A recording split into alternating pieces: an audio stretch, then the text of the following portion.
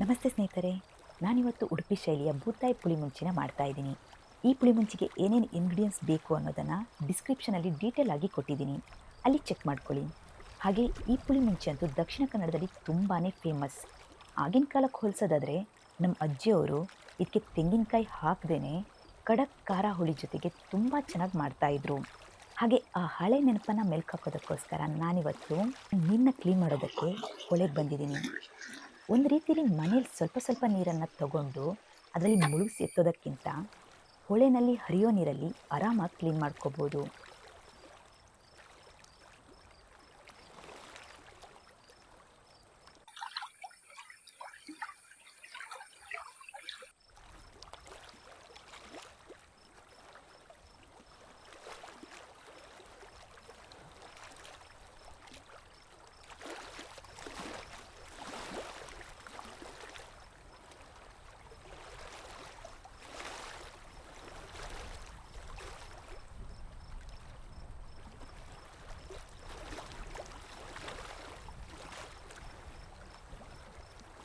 ಬೂತಾಯಿ ಪುಳಿಮುಂಚಿನ ರೆಡಿ ಮಾಡೋದಕ್ಕೂ ಮೊದಲು ನೀವು ನಮ್ಮ ಕಾಫಿ ಪೇಸ್ಟ್ ಚಾನಲ್ನ ಸಬ್ಸ್ಕ್ರೈಬ್ ಮಾಡ್ಕೊಂಡಿದ್ದೀರಾ? ಮಾಡ್ಕೊಂಡಿಲ್ಲ ಅಂದರೆ ತಪ್ಪದೆ ಸಬ್ಸ್ಕ್ರೈಬ್ ಮಾಡ್ಕೊಳ್ಳಿ. ಹಾಗೆ ಬೆಲ್ಲೈಕನ್ನ ಪ್ರೆಸ್ ಮಾಡೋದಕ್ಕೆ ಮರಿಬೇಡಿ. ಹೀಗೆ ಹಳೆಯ ನೆನಪುಗಳ ಜೊತೆಗೆ ಹೊಸ ಹೊಸ ರೆಸಿಪಿನ ನಿಮಗೋಸ್ಕರ ತರ್ತಾ ಇರ್ತೀನಿ.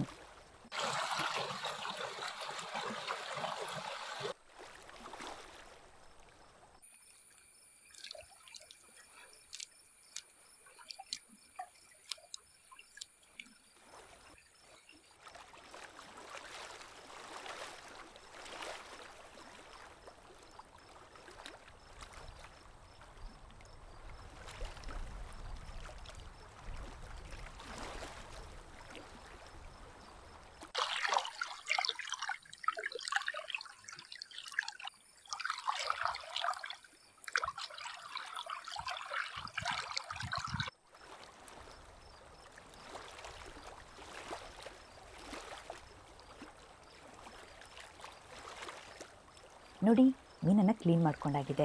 ಅದಕ್ಕೆ ಸ್ವಲ್ಪ ಉಪ್ಪು ಮತ್ತು ಸ್ವಲ್ಪ ಅರಿಶಿನ ಹಾಕಿ ಮಿಕ್ಸ್ ಮಾಡಿ ಇಟ್ಕೊಂಡಿದ್ದೀನಿ.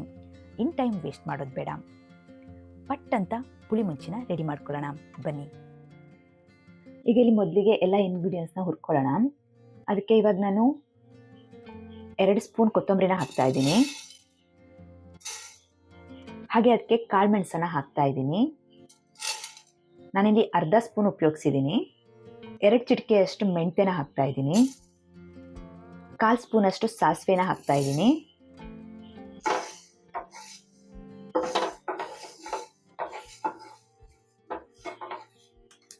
ಒಂದು ಚಿಟಿಕೆಯಷ್ಟು ಓಮನ ಹಾಕೋತೀನಿ.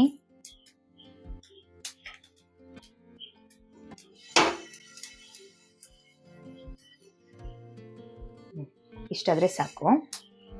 ಇವಾಗ ನಾನು ಒಣಮೆಣಸನ್ನ ಹುರ್ಕೋತೀನಿ. ಇಲ್ಲಿ ನಾನು 20 ಒಣಮೆಣಸು ತೊಗೊಂಡಿದ್ದೀನಿ. ಖಾರ ಕಮ್ಮಿ ಬೇಕು ಅನ್ನೋರು ಕಡಿಮೆ ತೊಗೋಬೋದು, ಜಾಸ್ತಿ ಬೇಕು ಅನ್ನೋರು ಇನ್ನೂ 5 ಜಾಸ್ತಿ ತೊಗೋಬೋದು.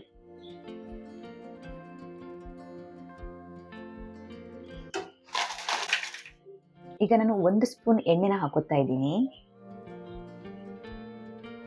ಇದಕ್ಕೆ ಅರ್ಧ ಈರುಳ್ಳಿನ ಹಾಕೋತೀನಿ. ಹಾಗೆ ನಾನಿಲ್ಲಿ 11 ಬೆಳ್ಳುಳ್ಳಿನ ಹಾಕೋತಾ ಇದ್ದೀನಿ.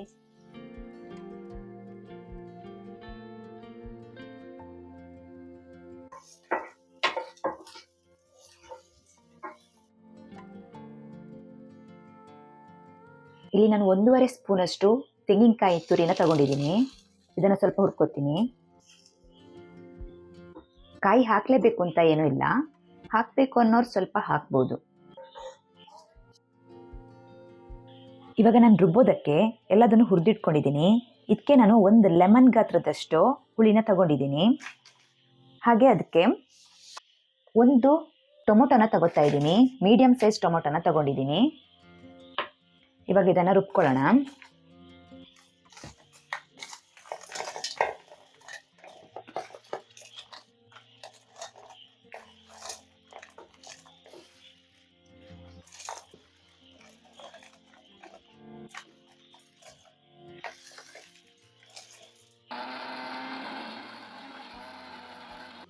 ನಾನು ಪುಳಿಮುಂಚಿನ ಮಾಡೋದಕ್ಕೆ ಮಣ್ಣಿನ ಪಾತ್ರೆನ ತಗೊಂಡಿದ್ದೀನಿ.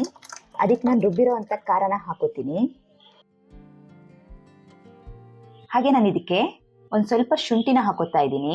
1 ಇಂಚಷ್ಟು ತಗೊಂಡ್ರೆ ಸಾಕು. ಅದಕ್ಕೆ 2 ಕಾಯಿ ಮೆಣಸನ್ನ ಹಾಕೋತಾ ಇದ್ದೀನಿ. ಅರ್ಧ ಈರುಳ್ಳಿನ ಹಾಕೋತಾ ಇದ್ದೀನಿ. ಇಲ್ಲಿ ಅರ್ಧ ಸ್ಪೂನ್ ಅರಿಶಿನ ಹಾಕೋತಾ ಇದ್ದೀನಿ. ಇದನ್ನ ರುಬ್ಬುವಾಗ್ಲೂ ಹಾಕೋಬಹುದು.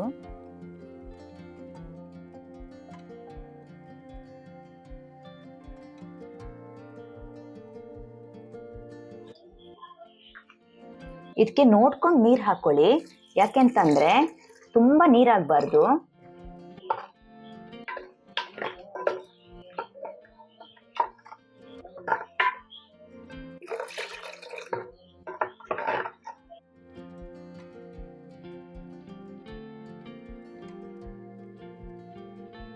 ಇಷ್ಟು ಸಾಕು ನೋಡಿ, ಇಷ್ಟು ದಪ್ಪ ಬರಬೇಕು ಇದು. ಇಷ್ಟು ಸಾಕು. ಇದಕ್ಕೆ ಸ್ವಲ್ಪ ಉಪ್ಪನ್ನ ಹಾಕೋತೀನಿ. ರುಚಿಗೆ ಎಷ್ಟು ಬೇಕೋ ಅಷ್ಟು ಉಪ್ಪು ಹಾಕೊಂಡ್ರೆ ಸಾಕು.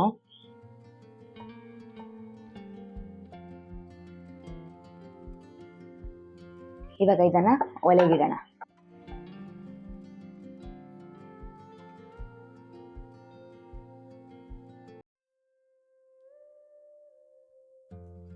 ಈ ಖಾರ ಹಸಿ ವಾಸನೆ ಹೋಗ್ಬೇಕು, ಚೆನ್ನಾಗಿ ಕುದಿಲಿ. ಇದನ್ನ ಮುಚ್ಚಿಡ್ತೀನಿ.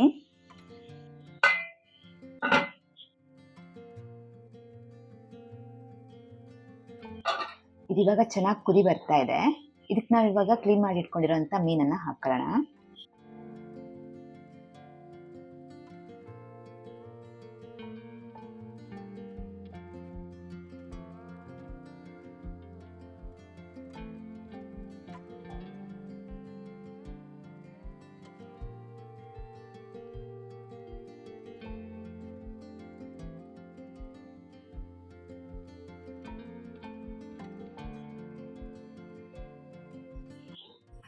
ಇದನ್ನ ಸ್ವಲ್ಪ ತಿರುಗಿಸ್ಕೊತೀನಿ, ಜಾಸ್ತಿ ತಿರುಗಿಸ್ಕೊಳ್ಳೋದು ಬೇಡ.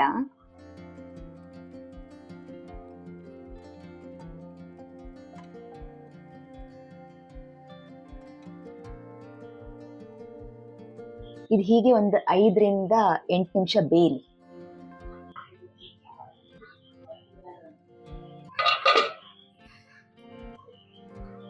ನೋಡಿ, ಇವಾಗ ಕುದಿ ಬರ್ತಿದೆ, ಮೀನು ಬೆಂದಿರತ್ತೆ. ಇದಕ್ಕೆ ಸೌಟ್ ಹಾಕಿ ತಿರ್ಸ್ಕೊಳ್ಳೋದಕ್ಕಿಂತ ಇದನ್ನ ನಾವು ಹೀಗೆ ಇಟ್ಕೊಂಡು ಪಾತ್ರೆನ ಎತ್ಬಿಟ್ಟು ತಿರ್ಸ್ಕೊಳ್ಳೋದು ಒಳ್ಳೇದು. ಮೀನು ಹುಡಿಯಾಗಲ್ಲ, ಚೆನ್ನಾಗಿ ತಿರುಗತ್ತೆ.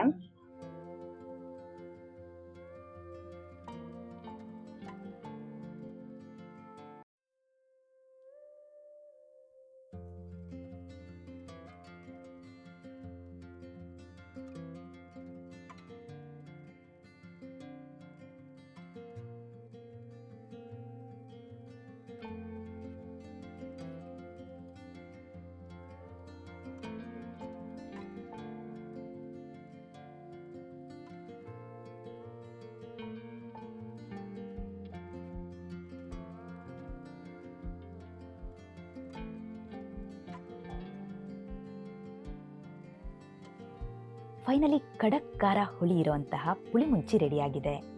ಈ ರೆಸಿಪಿ ನಿಮಗೆ ಇಷ್ಟ ಆಗಿದ್ರೆ ಲೈಕ್ ಆ್ಯಂಡ್ ಶೇರ್ ಮಾಡ್ತಾ ಸಪೋರ್ಟ್ ಮಾಡಿ ಅಂತ ಹೇಳ್ತಾ ಮುಂದೆ ಇನ್ನೊಂದೊಳ್ಳೆ ರೆಸಿಪಿ ಜೊತೆ ಮತ್ತೆ ಸಿಗ್ತೀನಿ. ಧನ್ಯವಾದಗಳು.